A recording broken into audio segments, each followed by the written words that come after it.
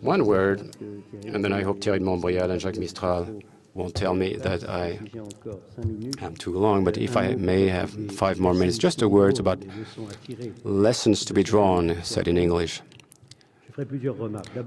I'll make several comments. First of all, a consensus was established regarding the world method, the methodology globally. It's a global problem. We need to find international solutions. We must avoid being scattered, being dispersed in the way we implement reforms or transformations. From that point of view, we need international institutions.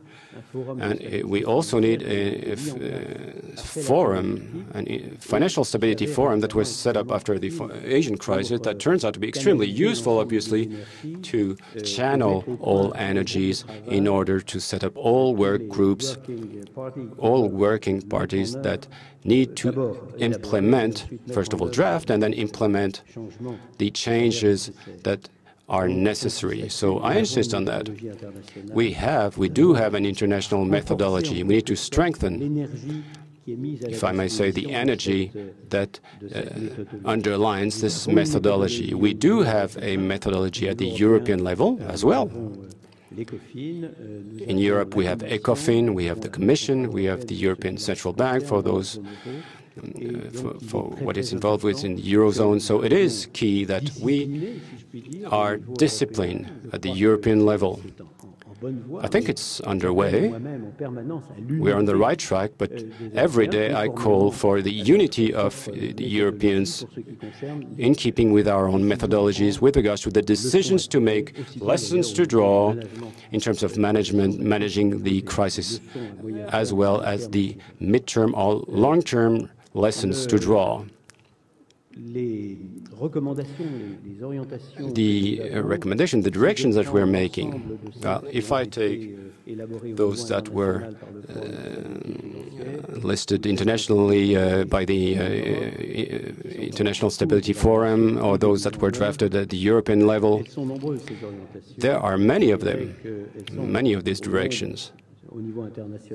Internationally, we have 67 of them, if we list what was already decided as a direction to take and to continue. At the European level, we are implementing these 67 directions, plus a certain number of extra directions that link to the organization of Europe itself and its relative complexity, because we are not a finalized political federation. But if I may draw from all these directions, all these meditations, what might be the main ones, I would say that the way I see things, from my point of view, Europeans as well as the players of international economy have a wide, very wide consensus with each other as I speak, to think that we need much more transparency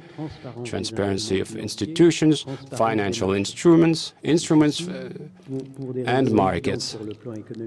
For obvious economic reasons, theoreticians later on will explain to us that the allocation of rare resources is done much better when the information level is better, but there is a very deep reason in that, is that the lack of transparency is the best recipe, first of all, to create a big unbalance, and then to lead to contagious effect when something explodes somewhere in the financial world. We saw that in the Asian crisis. The contagious situation that took place after that was due to the fact that one country had hidden the exact amount of its reserves. Therefore, all international investors concluded that all other countries had done the same. Since there was no transparency, it seemed reasonable to think so. It wasn't reasonable, but that was a reasonable way to think at the time. Then cash withdraws. When that happens massively, obviously, you are entering a crisis. You can link that to what we're observing in industrialized countries now. A certain number of institutions, markets, and financial instruments were obscure. When it turned out that in one case there were abnormal elements, that was the detonator, the subprimes, obviously, the American subprimes, then the cash crunch, the credit crunch developed, which is due to a withdrawal in front of what is obscure, people stepping back from what might be seen as unclear and negative. So transparency is the key. We've just gone through a very impressive experience right now.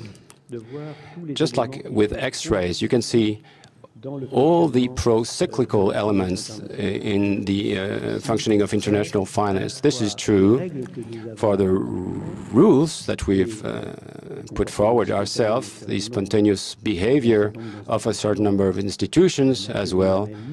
Human nature itself is obviously pro-cyclical, but what is inadmissible is that we would strengthen ourselves, the booms and busts, by our prudential rules, accounting rules, the way that we organize ourselves, the framework of the action of financial and economic players.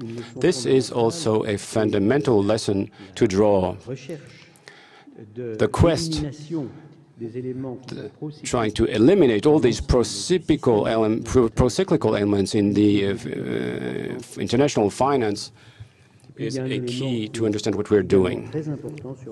Also, a very important element on which I'll insist is the short-term aspect of many of the rules that we enforce ourselves. There is a link between pro-cyclicality and short-termism. You increase pro-cyclicality when, obviously, you impose to a whole series of players to be more and more short-term oriented. From that point of view, the fact that there is a continuity solution that is very strict, as I speak, between institutions which are listed, regulated, and institutions which are unlisted and unregulated is such that, thanks to the interplay of rules that are enforced on those that are listed and regulated, you have an obligation to reason at much more short-term meaning the quarterly publication of reports, whereas those who are in this non-listed, non-regulated area, once again, have the possibility to reason at a longer term. We need a continuum, obviously, regarding the good functioning of the market between those that reason short-term and those long-term. Structural changes such as those we've experienced during these 5, 6, 7 years had to translate into an amplification of booms and busts, high and lows, that unfortunately we are witnessing. This is what I meant to say today, once again. Once again, this is a brief overview that I provided you. But once again,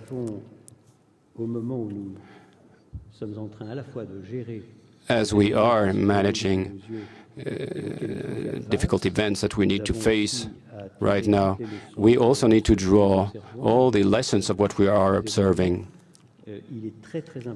It is essential that we put a premium on no part of the international system. There shouldn't be any taboo, no privileges. There should be neither taboo in no field, whether markets, institutions, corporations, or public authorities. No taboo should prevail, but no scapegoat as well, because the scapegoat would blind us.